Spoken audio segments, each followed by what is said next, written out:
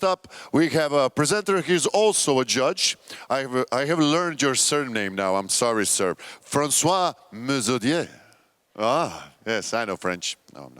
So, pokušavam bi vam ispričati njegov CV, ali ja mislim da bi to potrajalo jedno 2 sata. Čovjek stvarno ima impresivan CV, stvorio je 5 velikih startup firmi, jedno je doveo do IPO-a, sad je 8 godina u investment bankingu. Čovjek ima sve. He has done only one job, investment bad, that he said. He bought his best friend for £1.5 million. I'm so much cheaper. So I'll be like £200. I'm your best friend then. So please, warm welcome for Francois Mazoudier.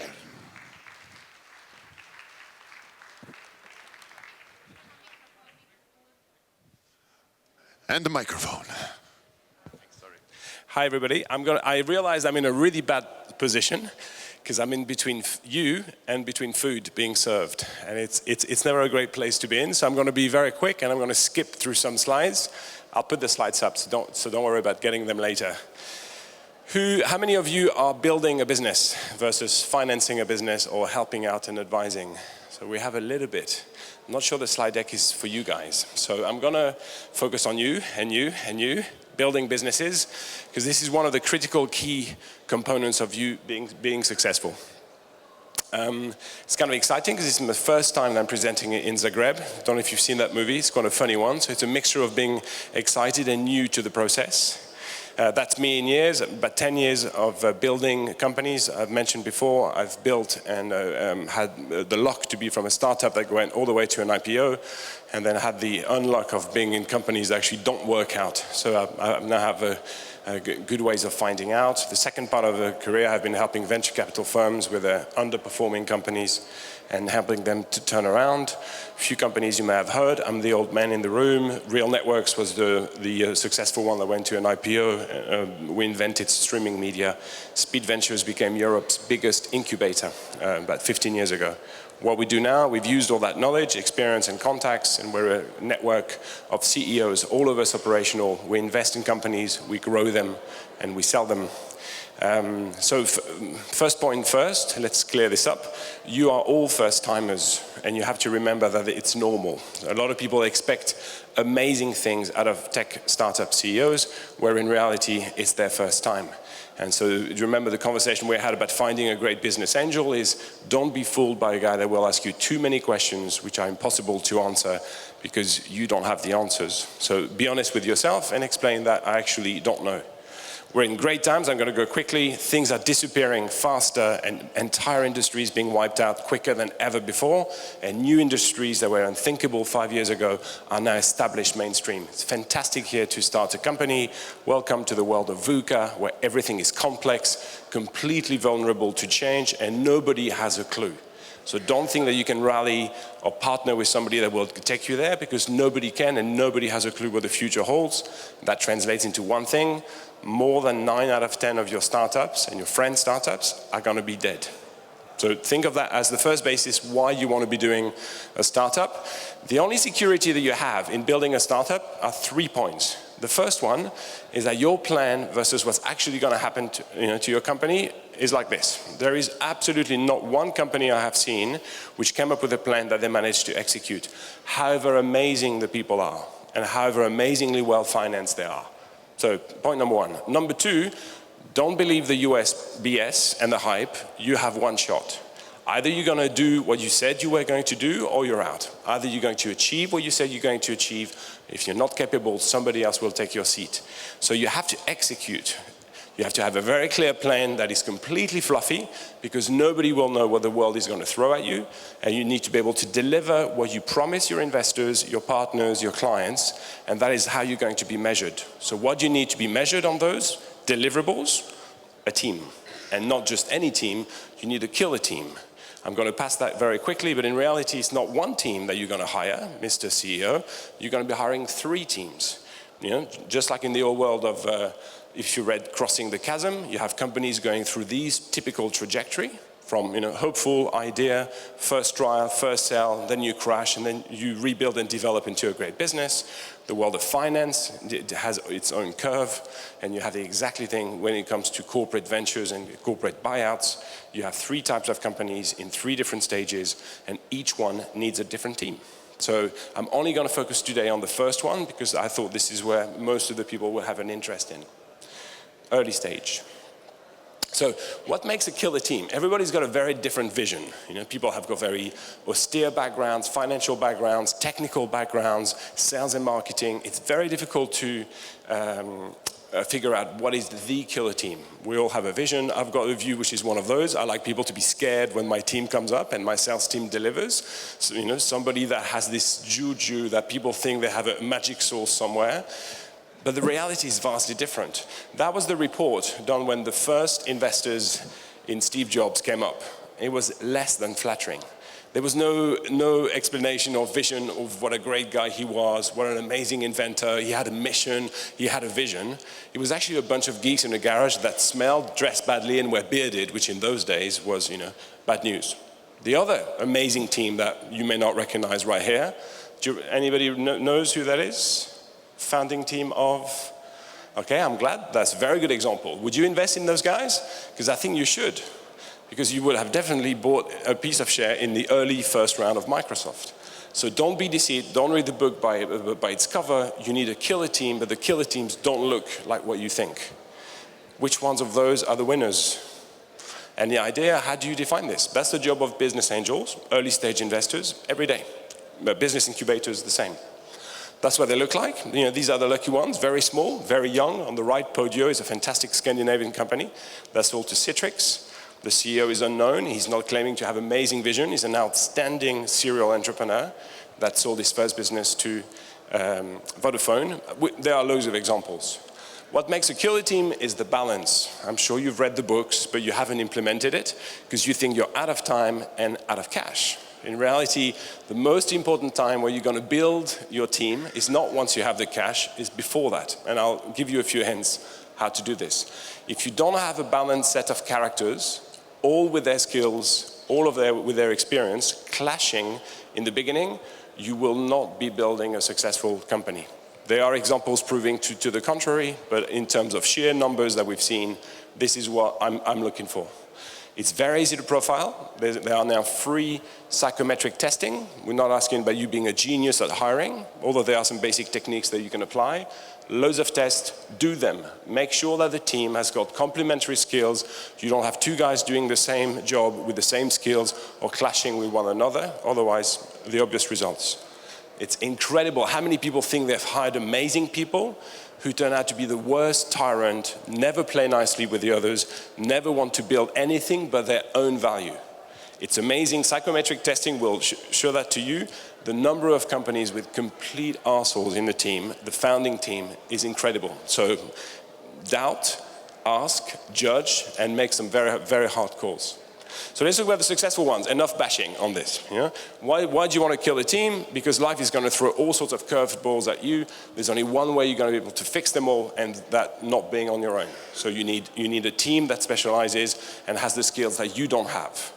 Why do you want to kill a team? Because you're not going to get financed if you don't have one. So start with that. It's pretty clear that even at the incubator level, the really early stage incubators will be looking at the quality of your execution and whether what you promise gets delivered. You don't deliver, you have 3 months, 90 days. You don't deliver what you promised, you're out. Investors, early stage investors, if some of you might know Mark, I've also explained it's very simple. I'm looking for outstanding entrepreneurs. I'm looking at what they've done before. Don't tell me what you're going to do. Tell me what you've done before. You might have been a great basketball player, like the previous entrepreneur. That's fantastic. I don't have to ask you questions about basket. I know that you know it. 70% of the value is in the team. And if you look at the later stage rounds, all of the venture capital firms claim only one thing. Follow the yellow highlights. We back great entrepreneurs. We back outstanding teams. We back, the unusual teams, the mad engineers with a mad vision. It's about the people. So you have to build yourself. And again, I see time and time and time again, I've met about 3,000 startups, roughly. It's incredible what you see, history repeating itself. These are the 8 common mistakes that all of you early stage entrepreneurs make. I'm not smarter, I've made them all. So why am I writing this deck? Because it's personal experience. So we'll go through them very quickly. A team and a founder team is not what people say. You don't have glorified titles. You don't have a founding CEO and a CEO and a founders or a founding member team. You have basically a founder. That's the guy with the idea. A founder typically makes a pretty lousy CEO, and he's got a great idea, but he's incapable with people. And remember, if you're incapable with people, you're incapable of delivering the assets you need to deliver results. The founding team are the guys who are coming, taking a massive risk because they are in a great job, way better paid than what you'll be able to afford them. And the one is the CEO. He's the guy where the buck stops, he carries the can, and he drives the ship. So remember those, because investors will have very different views and name things very differently to what you think is the special relationship that you have in your team. Rule number 1, co-founders are always looking super happy, they're best friends, they're people who've been to school together, college, campuses, university, all of them come to a fight. So make it easy on yourself. Rule number 1, get a prenup agreement, prenuptial agreement. What happens if it goes wrong? It sounds so obvious. You're doing this with, when you get married, you're going to get married with that person and spend more time than with your own wife or spouse. Why don't you have the same agreement? Number 2, everybody likes themselves. So I hire and you hire just like you. I came from Stanford, I'm going to hire Stanford. I'm a great sales and marketing, I believe in sales and marketing. I'm a great developer, I believe that once technology is amazing, it sells itself. Wrong. Number 3, how do you hire if you don't know the exact role, and ideally if you don't know somebody who's done that job? I've done the same thing. I thought that I knew exactly what marketing. Everybody thinks that they know marketing. Don't know why. Marketing is an infused science that everybody thinks they have the right to know, but by birth. So get yourself somebody who has worked in marketing. What was the role? What was the challenges? What is that role difficult? And these are the things that you want to put down in the job spec so that you can qualify the guys based on their experience. Number 4 is kind of obvious, and you see that all the time. You see these amazing geniuses that everybody hates. They're in the corner of the room at the back. They are called the genius. Oh, he's the brain box. Oh, he's the guy who's built the algorithm. We don't speak with him. He's a bit weird. He's not part of us, but he's an amazing guy. Number 5, we've just mentioned already, ignore those who will take the company down quicker than you think for their personal reasons. And the personal reasons are usually pretty ugly. Just avoid them at all costs. Psychometric tests will flag them every single time. Number 5, and we keep talking about it, but I continue seeing companies that don't see it. What's an A++ talent? Let's talk about hiring and talent. How do you build a team? You start with the core. And the core, the 3-4 people you're going to need to be A-star talent. Why? Because they will be attracting the other A-star talent that don't understand how you could back such a talented guy. It usually starts with developers. If you are an outstanding CTO or an outstanding developer, other great developers will want to join them because they want to work with them. It's not about you, it's not about the company, it's not about your personality, it's joining the superstars.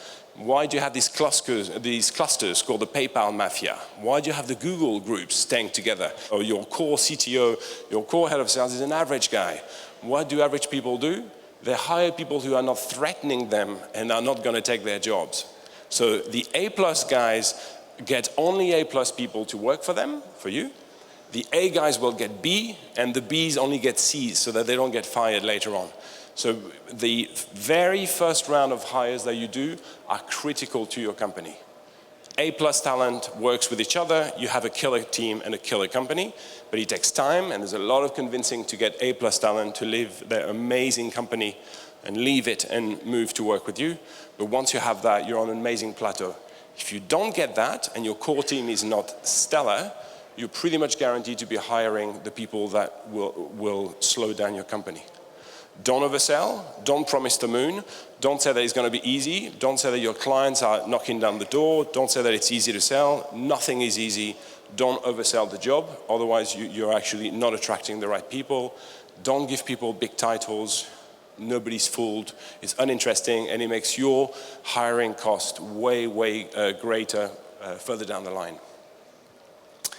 Number 10, and that's something which there's a huge amount of controversy about using bankers, investment bankers, HR specialists, recruitment specialists, outsourced development companies, use professionals. Nobody has a team that has all of the skills, all of the A-star talent in place with such limited funds.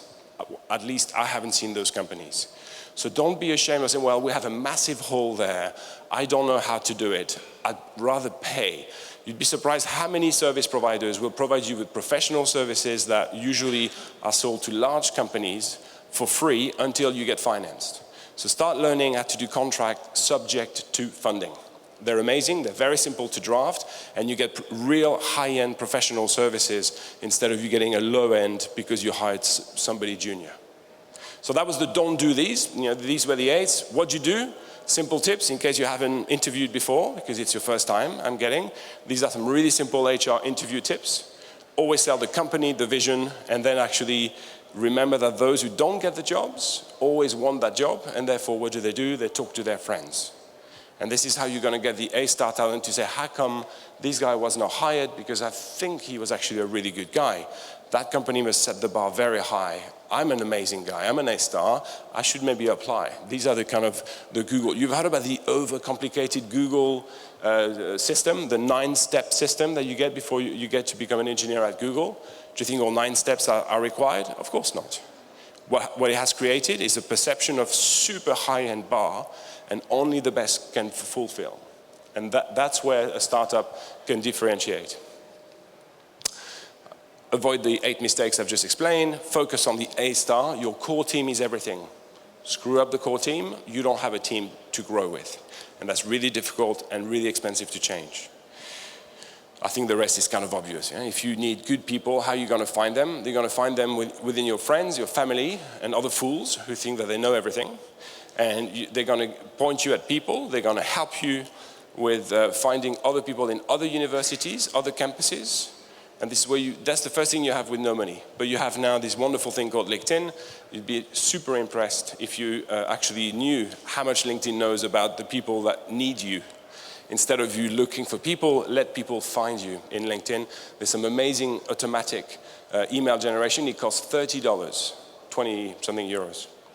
So get LinkedIn to do the work for you, massively refine the technical skills, and let LinkedIn find the people to come and apply. Remember, you're expected to hustle, you're not expected to pay, so ask for favors. You're always allowed to ask 2.5 favors before you have to return one. So ask for those favors, ask the professor at the best university where you live, ask the LinkedIn general manager for a 5-minute pitch and selling that your company needs him to build an A-star team and you don't have any money, but you'll give him something after you're funded. Ask for favors, you'll be really surprised how hustling today works. The last thing that you have to attract and build killer teams is company culture. It's the only thing that's free, in effect, or super cheap. What's company culture? There's loads of consulting firms, there's loads of definitions and articles. Company culture in a tech team is very simple. It's what happens when you're not there. How do they behave? How do they portray the company? How do they sell it? How do they present it? How difficult are they to deal with? Are they superior, like some of the early days at Google? Are they condescending? Are they not caring? Are they hardworking or killjoys? What are they? Every company has a culture from day one. So either you're going to build one actively, because you're the guy that everybody looks at, or the girl who everybody looks at, or you're going to let it transform into a disaster. But every company has a culture without them doing anything. I'm sure you know the culture of this. Shipping, bugs included. You have cultures of high efficiency, low cost staff. I want 1,000 people, I want to have the best call center software, I'm going to just stack them high, sell them cheap, and that's the culture. Some of us have culture of irreverence, of FU. Everything we do has to shock, has to be different, has to be black and white, has to be completely in controversy to the rest of the industry. And it's a great culture to have, it's just yours.